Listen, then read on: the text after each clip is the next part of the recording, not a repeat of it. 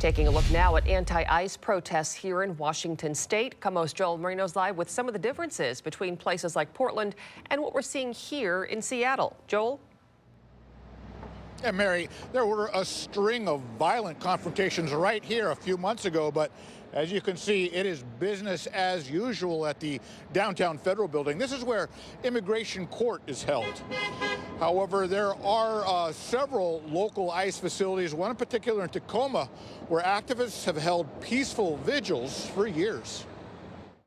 An altar covered with mementos and strewn with flowers outside the Northwest ICE Processing Center in Tacoma and regularly used by members of La Resistencia. So we've had an almost constant presence outside the detention center since 2014. The detention center looks secure and there's no sign of additional security officers posted outside its gates.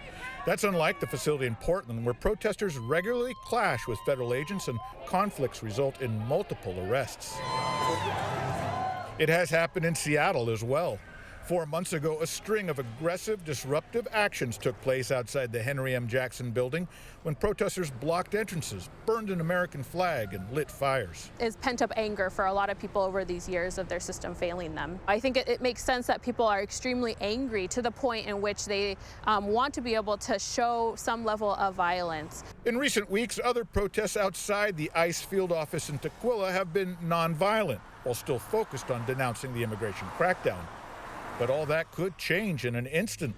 In 2019, police shot and killed a man during an immigration protest outside the Tacoma Detention Center. Investigators say the man was armed with a gun, throwing incendiary devices and refusing to comply with officers. Members of La Resistencia say it's a tumultuous time, but they are focused on those they can help. So we know that people are tired. They could respond in any way that could happen. And we know at La Resistencia, we're going to continue our work to support people inside detention and make sure that people can be with their families. As Seattle leaders are preparing for the possibility that troops could be deployed right here as well, but the federal government has yet to say if or when that might be the case. Mary? Well, Joel, are there any more immigration protests in the works locally? Activists are organizing a very large-scale demonstration. They say it's called No Kings, kind of similar to what we saw some months back. And they say that it will be a march through the streets of Seattle.